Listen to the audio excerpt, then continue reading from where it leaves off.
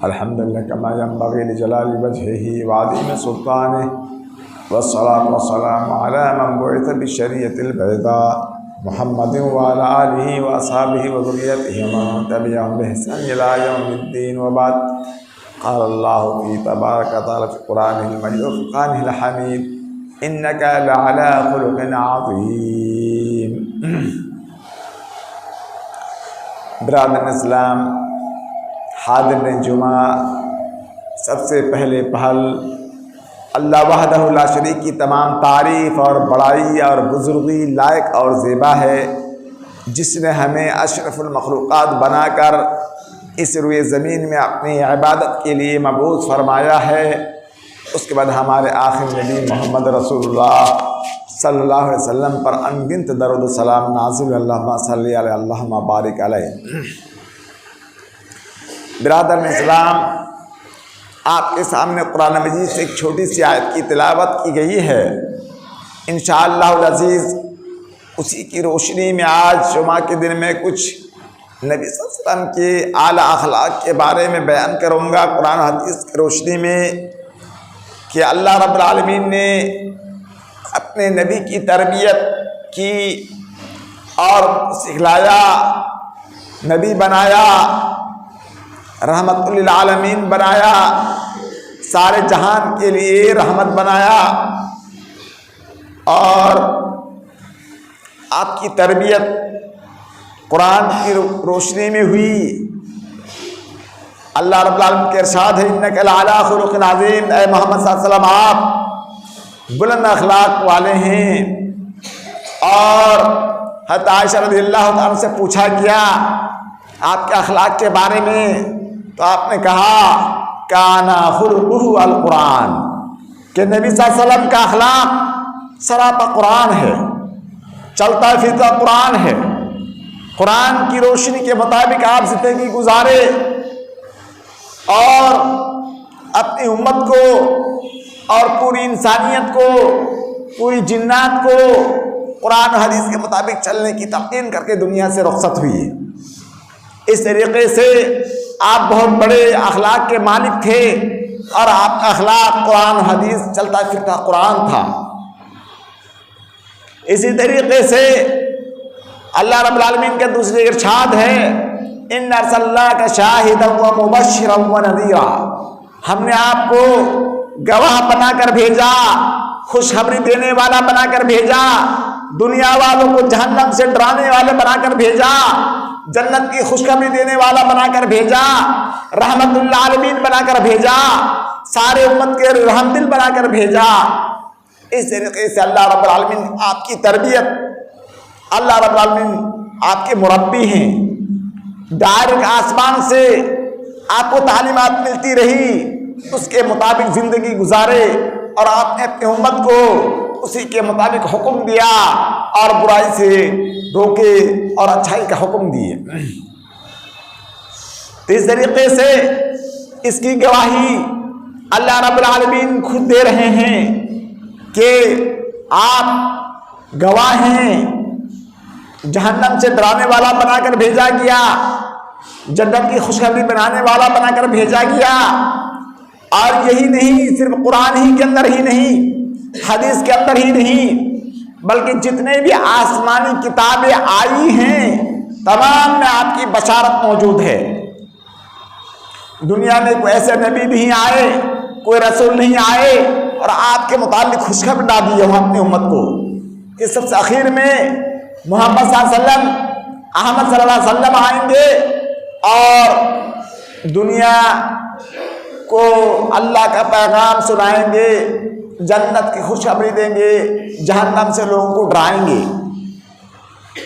یہ تمام آسمانی کتاب، تورات ہو، زبور ہو، انجیل ہو، یا جتنے بھی آسمانی کتابیں ہیں، سب کے اندر آپ کی بشارت موجود ہے۔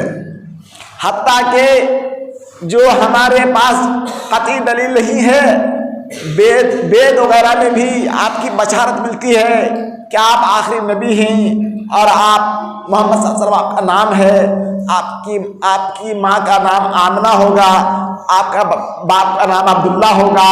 اس طریقے سے وید میں بھی آپ کی بشارت ملتی ہے۔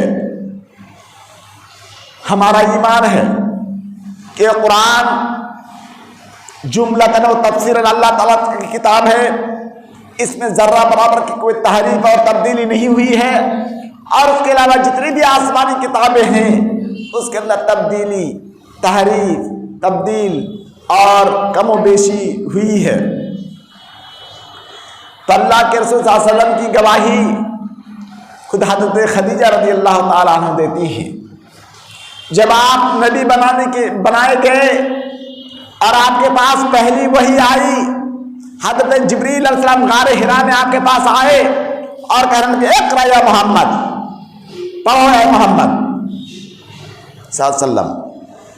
تو آپ نے کہا کہ مانا لست بقاری، میں پڑھنا لکھنا نہیں جانتا ہوں، میں امی ہوں، ان پڑھ ہوں، نہ لکھنا جانتا ہوں نہ پڑھنا جانتا ہوں۔ تو آپ کو دبوچا، سینے سے دبوچا، لگتا ہے کہ آپ کی جان چلی جائے گی، پھر چھوڑا اور کہا کہ اقرا یا محمد، پڑھو۔ پھر آپ نے وہی جواب دیا، مانا بقاری، میں پڑھنا نہیں جانتا ہوں، لکھنا نہیں جانتا ہوں، میں امی ہوں۔ پھر تیسری بار آپ کو دبوچا اور چھوڑا تو آپ کی زبان سے یہ کلمات نکل گئے، اقرأ باسم ربک الذی خلق۔ یہ آیت آپ کے اوپر نازل ہوئی اور آپ کی زبان سے وہ جاری ہو گئی، لیکن جاری تو ہو گئی، لیکن آپ کو بہت زیادہ ڈر لگ گیا، جان کا ڈر، جان چلی جائے گی، ختم ہو جائے گی، ہلاک ہو جائے گی، اس کا بھی ڈر ہونے لگا۔ تو خدیجہ کے پاس جاتی ہیں اور کہتی ہیں اے خدیجہ زملونی، مجھے چادر اڑا، میرے پورا واقعہ شروع سے آخر تک بتلایا۔ تو خدیجہ رضی اللہ تعالیٰ عنہ کہنے لگی کلا واللہ لا یخزیک اللہ، ہرگز میں آپ ڈرنے کی کوئی بات نہیں ہے، آپ فقیروں کی مدد کرتے ہیں، بوجھ اٹھاتے ہیں، مہمان نوازی کرتے ہیں، اچھائی کا حکم دیتے ہیں، نیکی کا حکم دیتے ہیں، برائی سے روکتے ہیں، ایسا شخص کو اللہ تعالیٰ کبھی بھی ہلاک نہیں کرے گا، کبھی بھی ذلیل نہیں کرے گا۔ چنانچہ خدیجہ رضی اللہ تعالیٰ عنہ اپنے چچا ورقہ بن نوفل کے پاس جاتے اور کہتے ہیں، پورا واقعہ بیان کرتے ہیں۔ اور ورقہ بن نوفل اس وقت نصارہ تھے اور وہ جانتے تھے کہ آخر زمانے میں ایک نبی آئیں گے جو کہ پوری دنیا کی قیادت اور سیادت اور ریادت کریں گے اور اللہ کی عبادت کو عام کریں گے، جنت کی خوشخبری دیں گے، جہنم سے لوگوں کو ڈرائیں گے۔ تو آپ نے اس کی خوشخبری دی کہ یہی وہ ناموس ہے، یہ جبریل فرشتہ ہے جو موسیٰ علیہ السلام کے پاس آتے تھے اور تمام انبیاء کرام کے پاس آتے تھے۔ آپ کو خوشخبری سنائی تو کہا کہ کاش کہ میں اس وقت جوان ہوتا جب آپ کو آپ کی قوم نکال باہر کریں گے۔ تو محمد صلی اللہ علیہ وسلم نے کہا کہ آوا خوش دیا، کیا میری قوم مجھ کو نکال باہر کریں گے مکہ سے؟ کہ ہاں، آپ کی قوم آپ کو مکہ سے نکال باہر کریں گے۔ چنانچہ اس وقت محل کہنے کی حدیث کو کہنے کا مقصد یہ ہے کہ حضرت خدیجہ نے برجستہ کہا تھا کہ آپ کو ہرگز اللہ ذلیل نہیں کریں گے، اس لیے کہ آپ اونچے اخلاق کے مالک ہیں، آپ کبھی بھی کوئی غلط کام نہیں کیے ہیں، کبھی جھوٹ نہیں بولے ہیں، غریبوں مسکینوں کو آپ مدد کرتے ہیں، صلہ رحمی کرتے ہیں، پاک دامنی کا حکم دیتے ہیں، اور ایسا شخص کو اللہ تعالیٰ کبھی نہ ذلیل کریں گے نہ ہلاک کریں گے۔ اس طرح گواہی دی۔ اسی طریقے سے ہرقل بادشاہ، آپ کے زمانے میں دو بڑی طاقت تھی، حارث اور قیصر، قیصر و کسریٰ۔ قیصر کا بادشاہ ہرقل تھا، ہرقل کے بادشاہ کو اللہ کے رسول نے خط لکھا، اسلم تسلم، ان تسلم لک اجران، اے ہرقل بادشاہ تم مسلمان ہو جاؤ تمہیں ڈبل اجر ملے گا، اور اگر تم ایمان نہیں لاؤ گے تو دیہاتیوں کسانوں کا گناہ بھی تمہارے اوپر ہوگا۔ ہرقل بادشاہ دل میں ایمان لے آیا لیکن ظاہر نہیں کیا، اور کہا میرے پاس خط آیا ہے، تلاش کرو ملک شام میں میری بادشاہ سلطنت میں کہ اس آدمی کا کوئی قریبی آدمی ہے جو اس کو جانتا ہو، جو کہتا ہے کہ میں نبی ہوں؟ چنانچہ ابو سفیان کو اس کے قافلہ کے ساتھ آپ کے پاس لایا گیا۔ آپ کے پاس جب لایا گیا تو کہا کہ اے ابو سفیان، تمہارے بیچ میں ایک شخص محمد ہے، وہ کیا کہتا ہے؟ کہہ رہا کہ وہ کہتا ہے کہ اللہ ایک ہے، نماز پڑھو، روزہ رکھو، اور یہ تمام چیزوں کا حکم دیتے ہیں، صلہ رحمی کا حکم دیتے ہیں، پاک دامنی کا حکم دیتے ہیں، بھلائی کا حکم دیتے ہیں، کبھی جھوٹ نہیں بولتے ہیں۔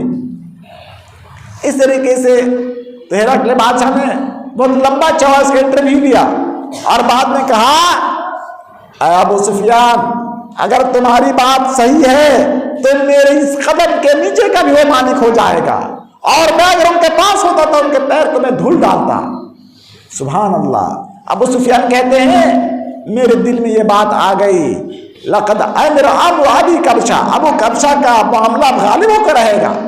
محمد یخاف منہ ملک بنی الاسفر، روم کا بادشاہ جیسا بادشاہ بھی آپ سے ڈرتا ہے، آپ کے پیر کو دھلنے کی بات کرتا ہے اور کہتا ہے کہ میری زمین کا مالک ہو جائے گا۔ میرے دل میں بات آ گئی کہ اب آپ کا معاملہ غالب ہو کر رہے گا۔ وہیں سے وہ اسلام سے قریب ہونے لگے۔ اس وقت وہ مسلمان نہیں تھے۔ لمبا چوڑا واقعہ، اس واقعے بیان کرنے سے پورا وقت ختم ہو جائے گا، اسی میں آگے بڑھتا ہوں۔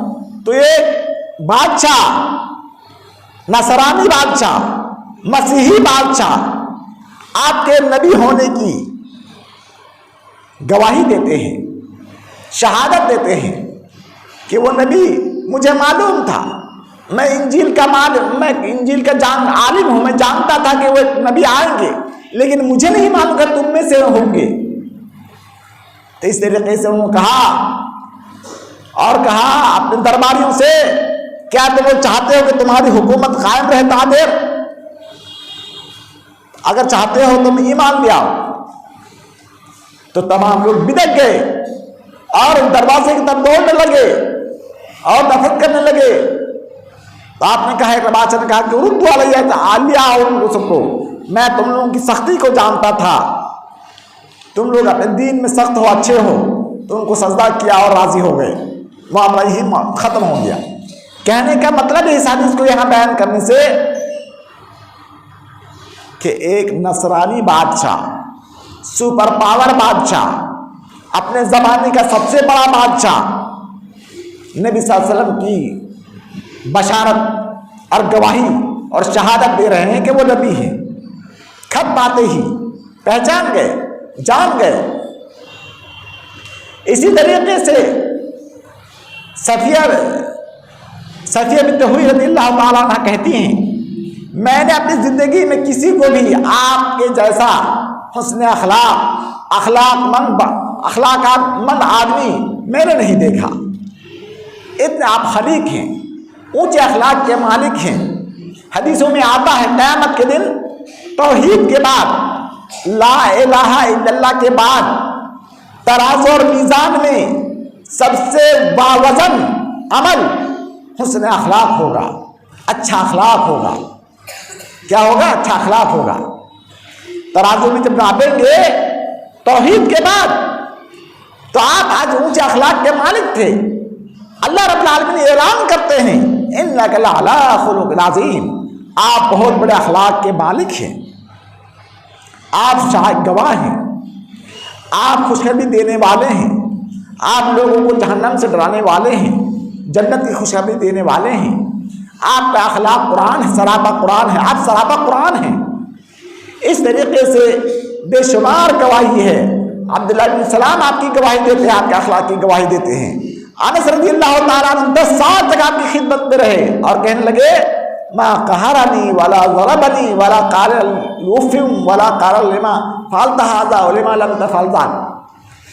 انس رضی اللہ تعالیٰ عنہ کہتے ہیں کہ میں 10 سال تک نبی صلی اللہ علیہ وسلم کی خدمت کیا، آپ کبھی بھی مجھے ڈانٹے نہیں، جھڑکے نہیں، مارے نہیں، ڈانٹ ڈپٹ نہیں کیے۔ سبحان اللہ، ایسے مالک تھے، ایسے اونچے اخلاق کے مالک تھے۔ کبھی بھی آپ کسی خادم کو، اپنے بیویوں کو کبھی بھی ایک تماچا یا ہاتھ نہیں لگایا، نہ مارا ہے ذرہ برابر بھی، یہ اونچے اخلاق کے مالک تھے۔ اسی طریقے سے بے شمار پہلو ہیں آپ کے، مثلا آپ سخی تھے، اور سب سے زیادہ سخی ہوتے تھے آپ رمضان کے مہینے میں، جب جبریل علیہ السلام آپ کو قرآن کا درس دیتے تھے، قرآن مراجعہ کراتے تھے، تو آپ چلنے والی ہوا سے بھی زیادہ سخی ہوتے تھے، اللہ کے راستے میں دولتوں کو لٹا دیتے تھے اور خرچ کرتے تھے۔ تو اس طریقے سے آپ سخی تھے۔ آپ کو کبھی بھی کوئی بھی کام کہا گیا اور وہ جائز ہے تو آپ نے کبھی بھی لا نہیں کہا، نہیں کہا۔ کوئی بھی کام اچھا کام یا جائز کام آپ سے مطالبہ کیا گیا اور کبھی نہیں کہا لا ابداً، کبھی بھی لا نہیں کہا، نہیں کہا، بلکہ اس کو کر ڈالا، اس کو کیا اور انجام دیا۔ اسی طریقے سے آپ کے پاس جب دولت آتی تھی تو آپ اس کو فوراً مکمل دولت کو بانٹ دیتے تھے، تقسیم کر دیتے تھے، لوگوں کو دے دیتے تھے، اور فقر فاقہ سے کبھی بھی نہیں ڈرتے تھے کہ دینے والا اللہ نے ہم کو دینے کے لیے کہاں دے رہے ہیں۔ اسی طریقے سے آپ نے کبھی بھی یا تو آپ کے پاس دولت آئی آپ نے دے دیا یا خاموش رہا، دو ہی کام تھا آپ کا، اما آتا او سکت۔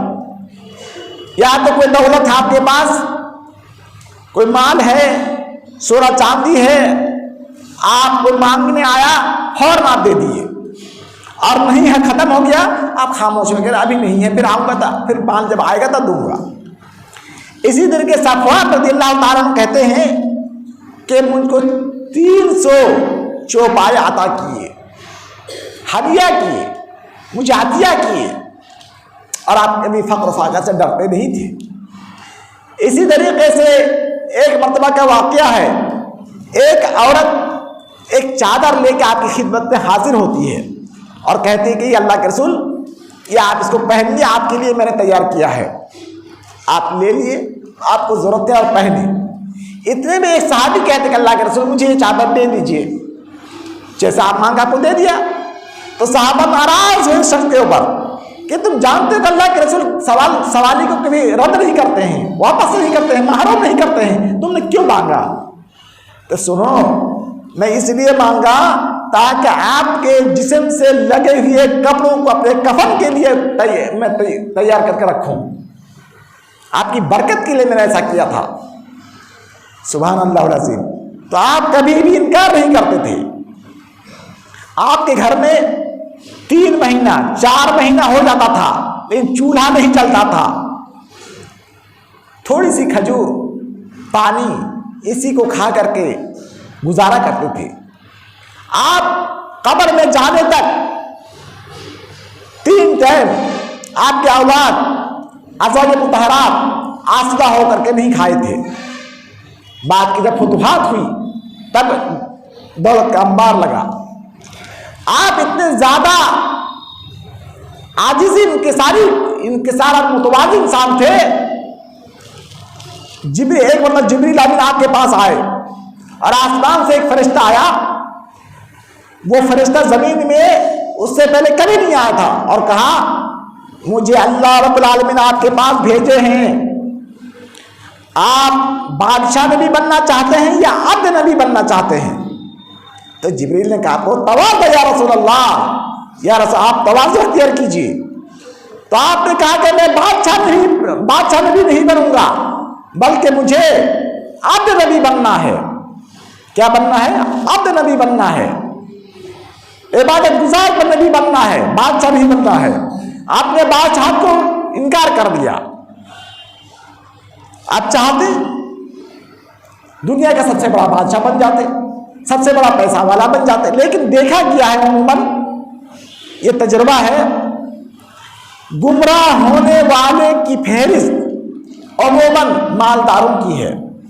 جب دولت آتی ہے تو اکثر لوگ گمراہ ہو جاتے ہیں اور کم لوگ صحیح توازن برقرار رکھتے ہیں، اور اکثر لوگ گمراہ ہو جاتے ہیں۔ جبکہ غربت اور فرق فاقہ میں پیر بہت کم پھسلتا ہے اور برائی کا ارتکاب کم سے کم ہوتا ہے. اس لیے بہت زیادہ مالداری بھی اسلام کے نظریے سے صحیح نہیں ہے. ہمارے کہنے کا یہ مطلب نہیں کہ سب مالداری کو چھوڑ دے دولت نہ کمائے. حلال طریقے سے اگر کوئی دولت کمائے اور کار خیر میں اس کو خرچہ کرے تو وہ سب بہتر ہے. اسی طریقے سے اللہ کے رسول نے فقر و فاقہ کو، غربت کو آپ نے دعا کر کے مانگا تھا.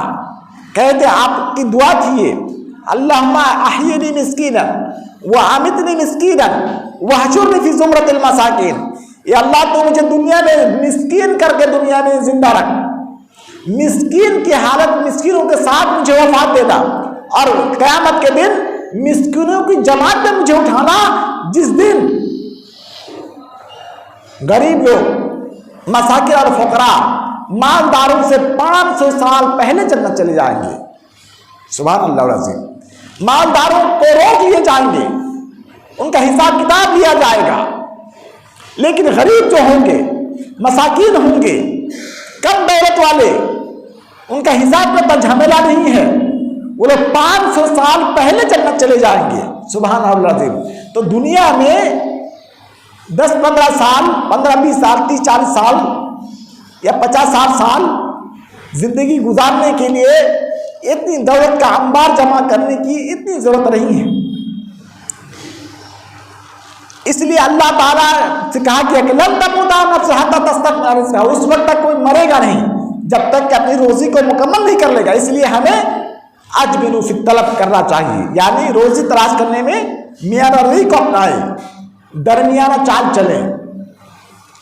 تو اس طریقے سے آپ بنے، آپ نبی بنے، مسکین ہو کر زندگی گزارنے کی بھی کوشش کیے.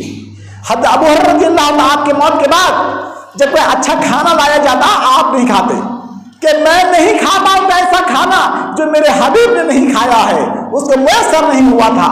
اب نہیں کھانا کھاتے، اچھا کھانا نہیں کھاتے ابو ہریرہ رضی اللہ تعالیٰ عنہ. سبحان اللہ العظیم. سب سے بڑی حدیث کے روایت کرنے والے، 5000 طرح روایت کرنے والے، حدیث کے روایت کرنے والے، اسلام کی تقریباً 80-90% مسائل کو بیان کرنے والے طلحہ ابو ہریرہ، یہ شخص کا عمل تھا کہ جب کوئی آپ کے وفات کے بعد مسلمانوں پہ دولت کے انبار آ گئے، لیکن آپ کبھی بھی اچھا کھانا نہیں کھاتے تھے. ابو ہریرہ کہ ہم اچھا کھانا نہیں، کہ اللہ کے رسول نے نہیں کھایا اتنا اچھا کھانا.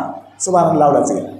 اللہ تعالی ہمیں آپ کے اخلاق سے سبق لینے کی توفیق دے. اللہ تعالی ہمیں زندگی میں آپ کے اخلاق کو اپنانے کی کوشش کریں، کہ آپ کا اخلاق سراپا قرآن تھا، آپ کا اخلاق بلند تھا، آپ بلند اخلاق کے مالک تھے.